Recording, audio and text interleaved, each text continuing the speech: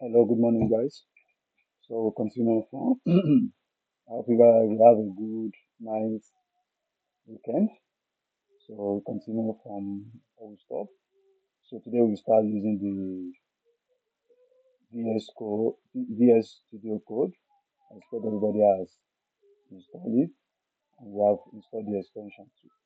So to use that, let's click on the new file. You click on new file. So you see you have text and you have. Let me make the tick a bit big so that you can see very well. Okay. You have the test and then click on file. Let's start again. Click on file, give it test file, Python file. Click on the Python file. Okay. And you take the extension. You can see it's updating. Okay. Then you can save it. Control S. Okay. So J3.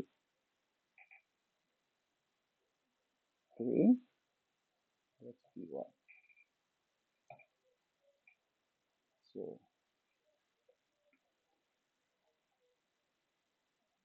now today we are going to take a look at some built-in function. Function is a code that is a set of code or instruction that are grouped together to perform a specific function. So later we learn how to define our own function. Now Python has some inbuilt function that we have, and that is what we have been using since. So for example, the print, just write print and do this. Second. So you run it, just run that. So it's going to show you a terminal where it's going to return to the terminal. That's where it's going to run. It's coming up. So it's running it. And I've shown you what? See this welcome. I've shown the welcome. So this print is a function, and Python interpreter has some built-in functions, some functions that come with it. So one of them is the print. I would say that print is to attribute the work we have done. You have done your work and you want to appreciate it, you use the function print. Another one is the input function. The input function is used to ask the user, to prompt the user to put in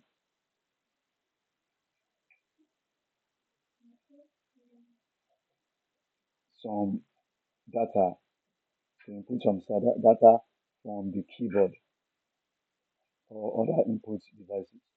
So enter your name. So if I want this now, and see from the prompt, also me.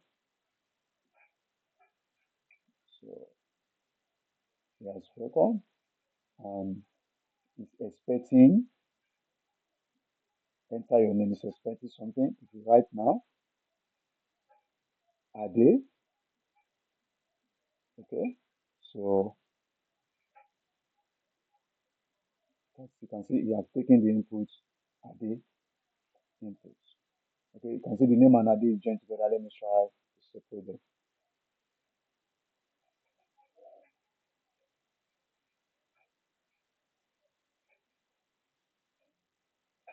So you can see the difference between them. I'll be on this again.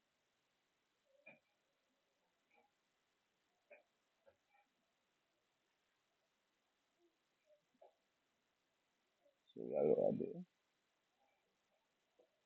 Control C. Input your age. So this one is now. So it has come out welcome. After your name, you can see the space between the name and the cursor now. Ade. So if I press enter, if you go to the next, I want it this thing. It's what? Enter your age. Now, okay. So you can see after the two, if you return back So it will return back or you exit the program. So this print and input, they are function that are inside Python. So we have some other function that we use. Okay. Now anything we put, if you use the input function and the keyboard prompts you to write anything to write, you write from the keyboard, you inputted from the keyboard is being seen as a string by the Python interpreter. So you see it as a string. So that may give us some error when we run some program. So it is important we need that. So let's take a look at this, for example, now, and you will see with what I'm trying to say. So let me say name. So I can name the variable now, name, enter your name. So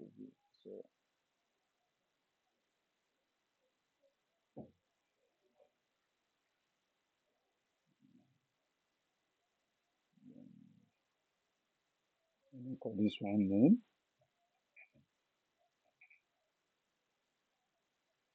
This is age. Okay. So can I use it here? Print.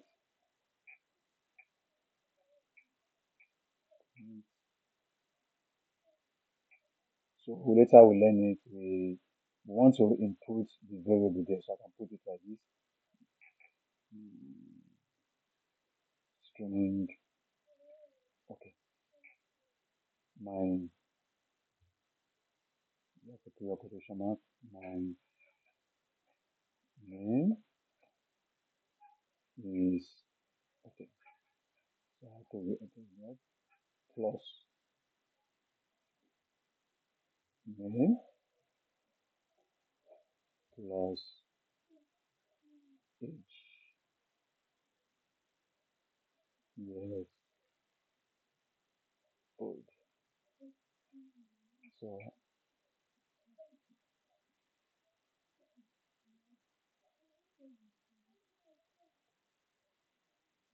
okay. So this is it. If you look at generally, they are giving me an error by this word underline here. Okay, and because it's seeing these things as separate. So it's seeing them as separate. So let me put this as a string. Put this one too as a string. So now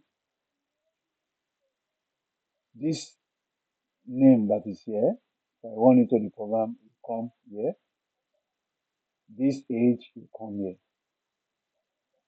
Both of these things will be seen as a string, like text.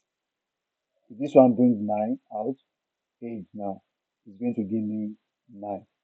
And the 9 I'm going to have.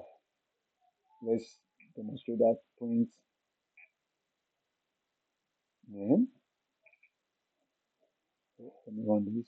Let's, okay. Can also run with F5.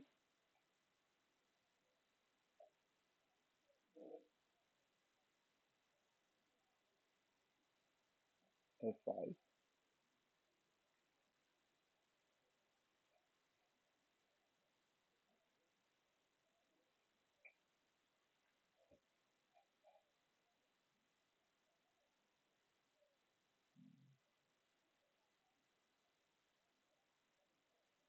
So,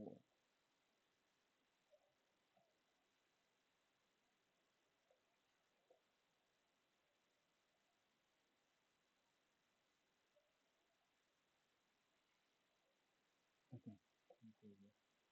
So you can see it gave me the error, invalid syntax. The mistake is I've used some, I told you the line where the error is. The error is in line 6. So print invalid syntax mean I didn't write it in the right way. Perhaps you forget to put what? A comma. So I'm supposed to, here I use double quotation and the other I use single quotation. So I can use both to do the same thing, but I cannot use them interchangeably, they will not be same. So that is why the error you get. Yeah. So let's send this now.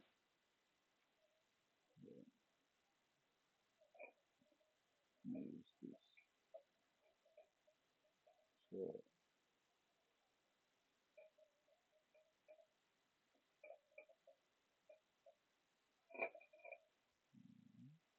okay. So point name. My name is space here. Plus this. My name is this. And this. Okay. So the plus two, I'm joining them together.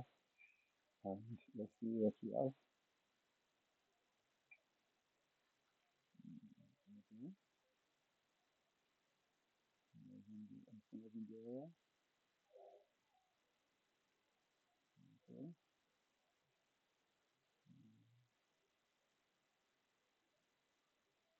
Okay. Okay. Okay. It's okay now. Let me. Okay. My name is Ade. Let's put this out now.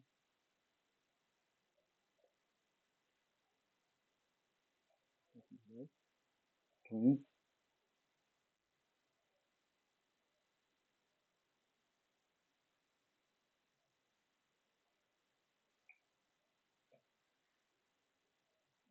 Um,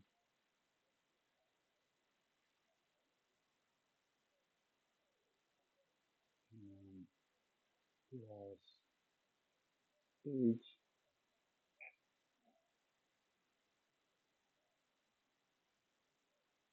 plus years old. So let's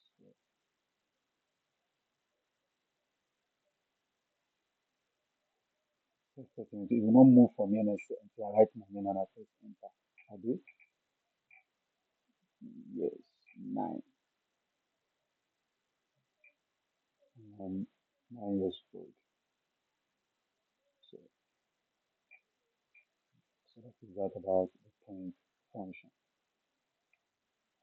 So we have other function. Sometimes if I write a string and I want to use it as a digit, there are some function I have to use to take care of that.